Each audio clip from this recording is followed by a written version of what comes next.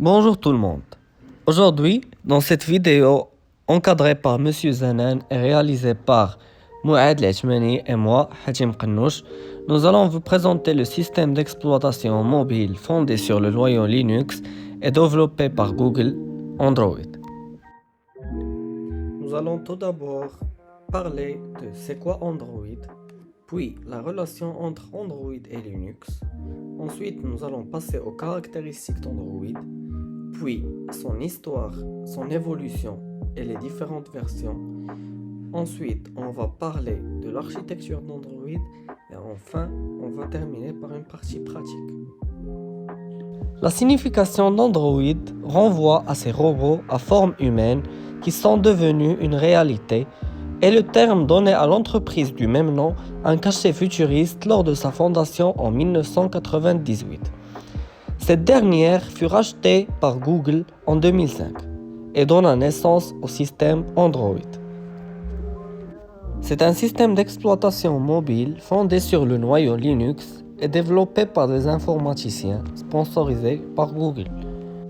2 ans plus tard, le puissant moteur de recherche californien a lancé ce qui est devenu un célèbre logiciel d'exploitation.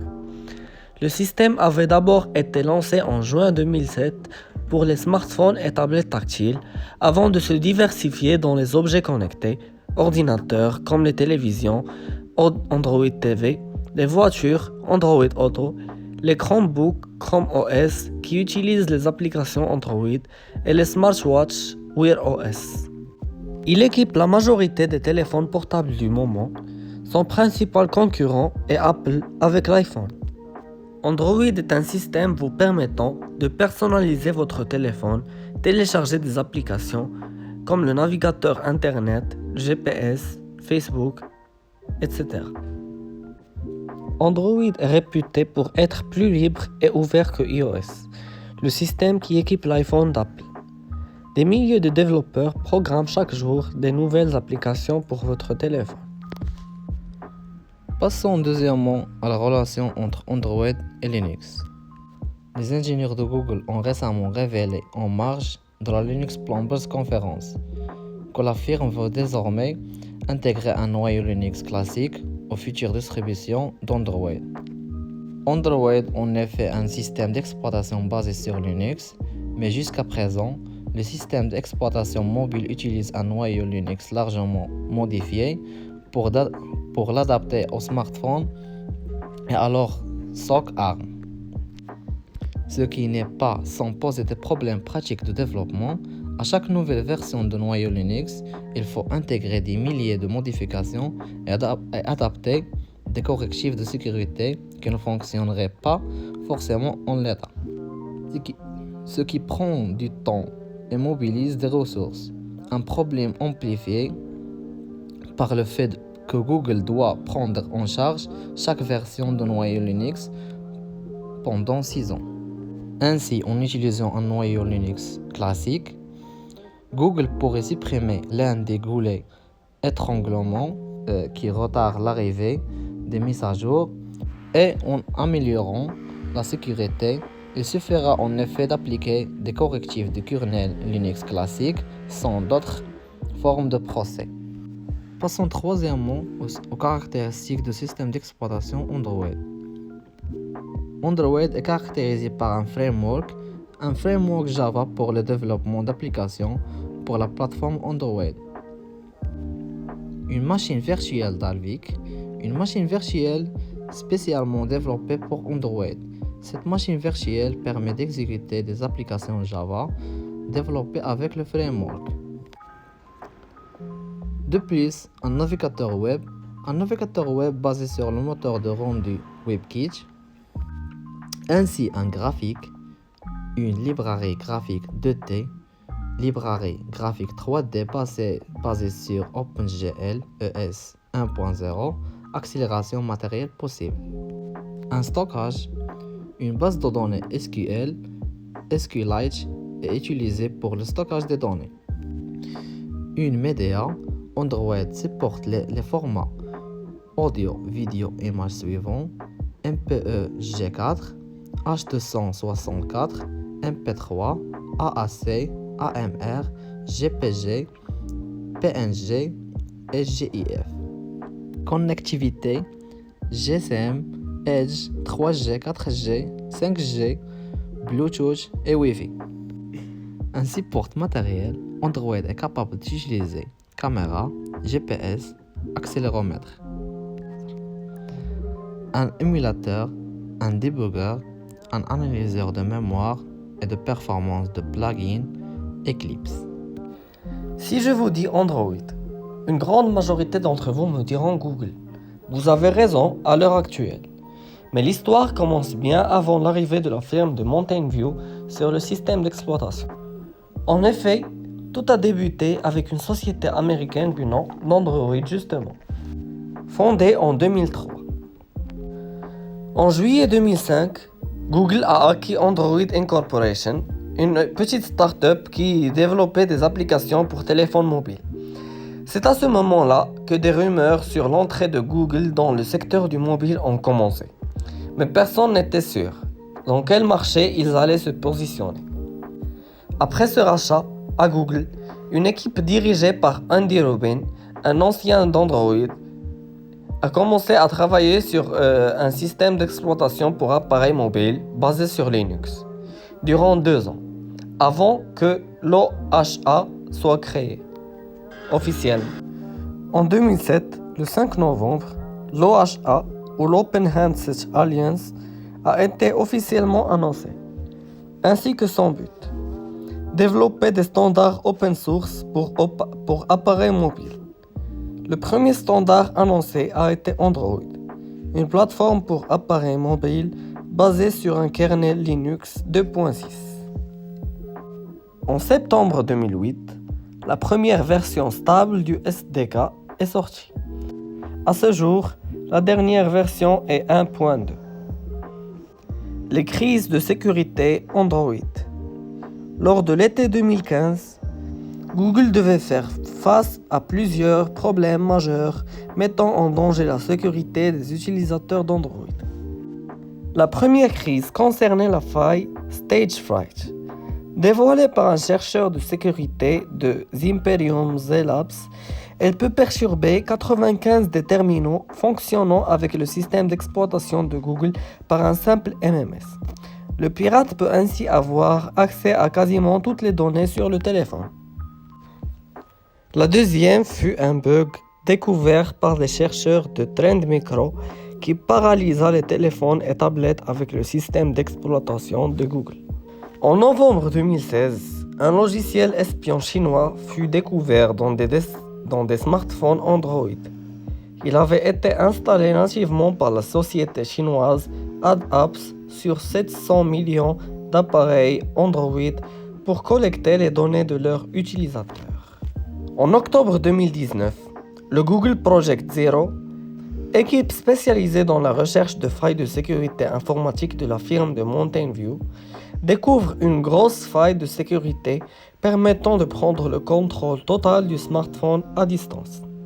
Cela touche de nombreux smartphones Android, même des mobiles haut de gamme, tels que les 2 premières générations des Google Pixel ou les Samsung Galaxy S7, S8 ou S9.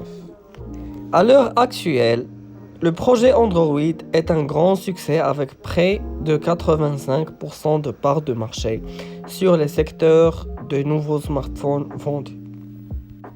Il serait bien hypocrite de nier la popularité de celui-ci, et il devient alors très intéressant de comprendre les origines d'un système open source face aux solutions propriétaires, qui continue son ascension et pourrait dans un futur très proche détenir un réel monopole. L'hypothèse n'est pas si farfelue. La première version est la version 1.0 qui est sortie le 11 novembre 2007. Cette version est connue uniquement ou presque des développeurs car c'est la version de SDK qui a été distribuée avant la sortie du premier téléphone Android. La version 1.1 qui est nommée Petit Four, sortie le 22 octobre 2008. Cette version inclut dans la première téléphone sous Android qui est nommée HTC G1 Dream. Les 3 versions 1.5, 1.6 et 2.x qui ont nommé respectivement Cupcake, Donut et Éclair, sortis le 30 avril et le 15 septembre et le 26 octobre 2009, sont caractérisés par des nouvelles fonctionnalités et mises à jour de l'interface graphique. La version 1.5 qui est un noyau Linux 2.6.27 et les deux versions 1.6 et 2.x qui ont le noyau 2.6.29. La version 2.2.x qui est nommée Froyo, sortie le 20 mai 2010, caractérisée par une vitesse améliorée, nouvelles fonctionnalités et mise à jour de l'interface graphique, avec un noyau Linux 2.6.32. La version 2.3.x qui est nommée Gingerbread, sortie le 6 décembre 2010, la dernière version dédiée uniquement aux smartphones. Cette version est parfois utilisée sur des petites tablettes, amélioration de l'interface graphique, avec un noyau Linux 2.6.35. Une version 3.x.x qui est nommée Honeycomb, sortie le 22 février 2011, est réservée aux tablettes tactiles et aux téléviseurs connectés. Cette mise à jour comprend de nombreux changements dans l'interface, avec un noyau Linux 2.6.36. La version 4.0.x qui est nommée Ice Cream Sandwich, sortie le 19 octobre 2011. Cette version, frontalement inspirée de Honeycomb unifié pour smartphones, tablettes et Google TV, apportait de nombreux changements, avec un noyau Linux 3.0.1. Les trois versions 4.1.x, 4.2.x et 4.3.x qui ont nommé Jelly Bean, sorties le 9 juillet 2012, 13 novembre 2012 et 24 juillet 2013. Ces versions sont caractérisées par l'ajout d'un système de notification amélioré, de reconnaissance vocale sans connexion Internet, de nouvelles interfaces de l'appareil photo, de plus un support de Bluetooth à basse consommation et ajout de la norme AVRCP. Ces trois versions ont une version Linux, un noyau Linux de 3.0 et 3.1. La version 4.4.x, qui est nommée KitKat, sortie le 31 octobre 2013. Elle est caractérisée par une amélioration de l'interface système, icône blanche et barre de notification de navigation transparente, consommation en ressources moins élevées nécessitant moins de RAM, nouvelle icône plus soignée, les nouvelles icônes blanches sur la barre de notification.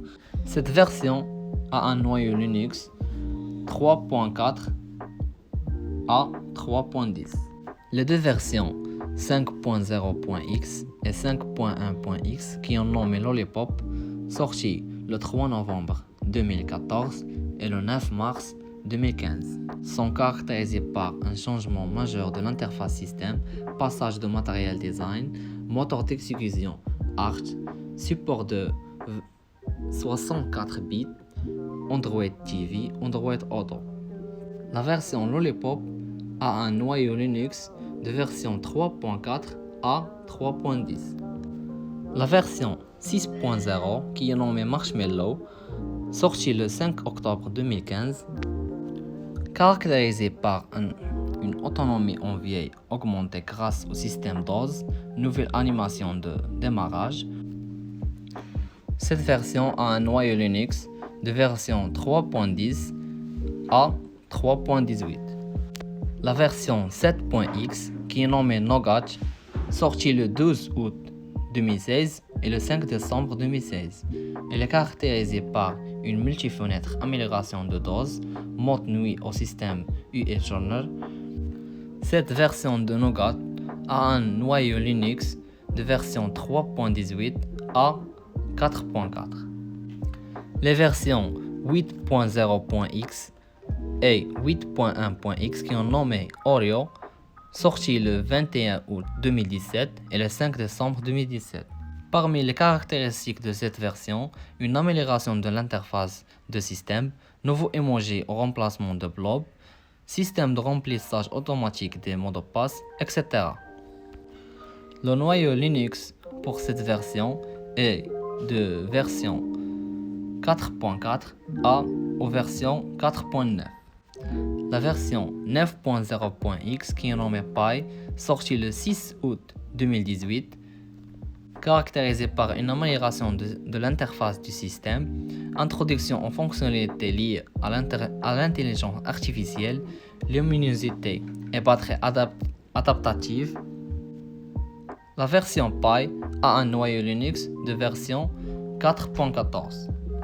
La version 10.0.x qui est nommée Android 10, sortie le 3 septembre 2019, caractérisée par une mise à jour de l'interface système, de nouvelles permissions concernant les fichiers multimédia et la localisation GPS, enregistrement vidéo de l'écran, nouvelle navigation à gestes, possibilité à transformer smartphone en ordinateur de bureau, paramètres système flottant dans les applications, etc.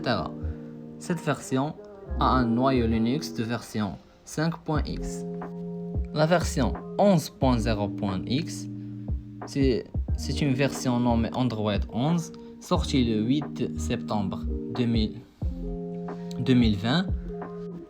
Cette version est caractérisée par l'ajout de capture de vidéo d'écran, nouvelle section aux côtés de notifications pour les messageries, apparition des boules de messagerie, intégration d'un centre de gestion de l'ensemble des objets connectés au téléphone, choix possible des appareils audio.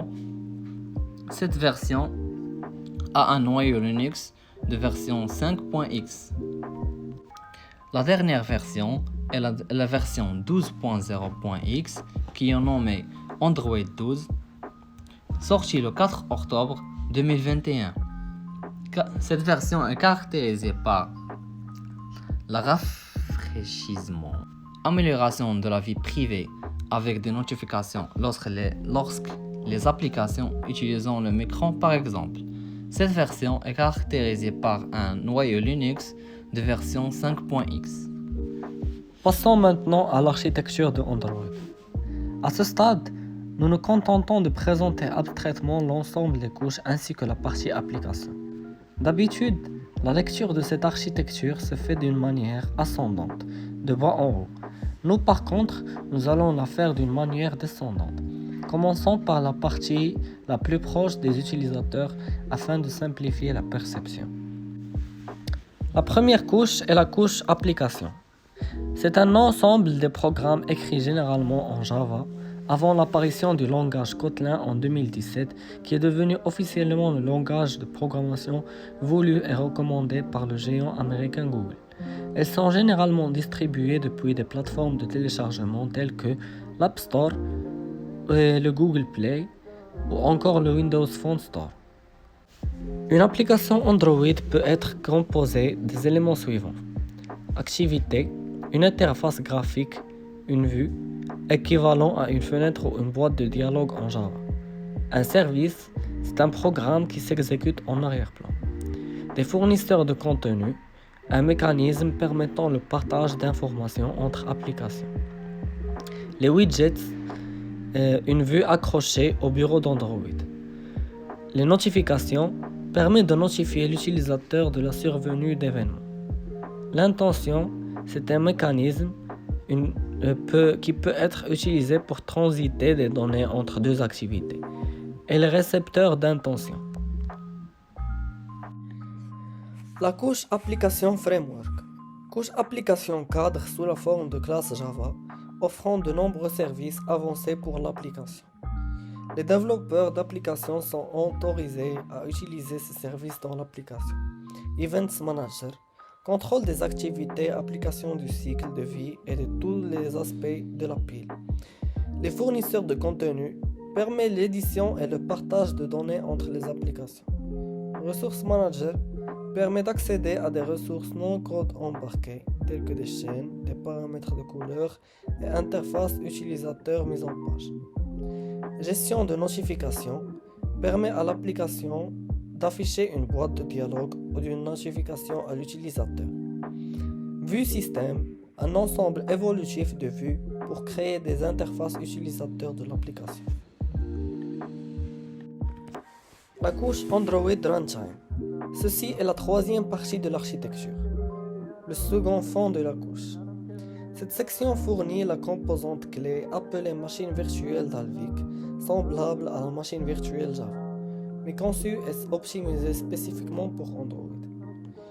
Machine virtuelle Dalvik permet d'utiliser les fonctionnalités du noyau Linux en Java, telles que la gestion de la mémoire et multithreading. Machine virtuelle Dalvik, telle que toutes les applications Android, fonctionne dans son propre processus de machine virtuelle séparée. Android offre une gamme de bibliothèques de base en cours d'exécution dans un temps d'utiliser le langage des développeurs d'applications Java standard Android pour écrire des applications Android. Passons maintenant à la couche bibliothèque. Dans la couche supérieure du noyau Linux est un ensemble de bibliothèques, y compris WebKit, moteur de navigateur web open source, connue bibliothèque libc pour l'entreposage de données et bases de données SQLite, de partage d'applications pour la lecture, l'enregistrement audio et les bibliothèques vidéo, bibliothèque SSL pour la sécurité réseau. Et enfin, la couche noyau Linux. Le noyau est l'élément du système d'exploitation qui permet d'exploiter le matériel de votre smartphone. Par exemple, le driver Wi-Fi permet de contrôler l'antenne Wi-Fi de votre smartphone. Quand Android veut activer le Wi-Fi, on peut imaginer qu'il utilise la fonction « Activer Wi-Fi ». Cette fonction est implémentée par le constructeur de la carte Wi-Fi. Android n'est pas Linux, mais il est basé sur un kernel Linux. Dernièrement, on va voir comment installer le système d'exploitation Android sur le smartphone ou votre téléphone. On a plusieurs étapes avant d'installer le système d'exploitation Android sur les téléphones. Premièrement, assurez bien que le batterie de téléphone portable est suffisamment chargé et il est préféré d'être plein. Deuxièmement, activez le USB debugging aux paramètres pour lancer le debugging mode lors de la connexion de l'USB. Troisièmement, sur votre ordinateur portable ou fixe, téléchargez le fichier principal de micro-logiciel et le programme Odin. Pour nous avons choisi la version 3.07. Quatrièmement, éteindre votre téléphone et définissez le téléphone en mode téléchargement. Pour ce faire, appuyez simultanément les touches suivantes: volume de bas, bouton d'accueil et bouton d'allumage. Si un message d'avertissement apparaît, appuyez sur le bouton de volume de haut. Lancez le fichier Odin, la version 3.07, sur votre ordinateur. Septièmement, connectez votre téléphone Samsung à l'ordinateur via un câble USB. Les champs ID COM devraient virer en bleu.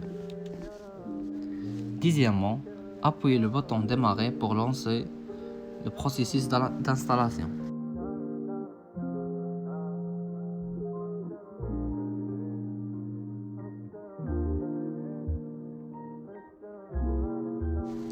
Dernièrement, redémarrez votre téléphone pour commencer à utiliser le système Android.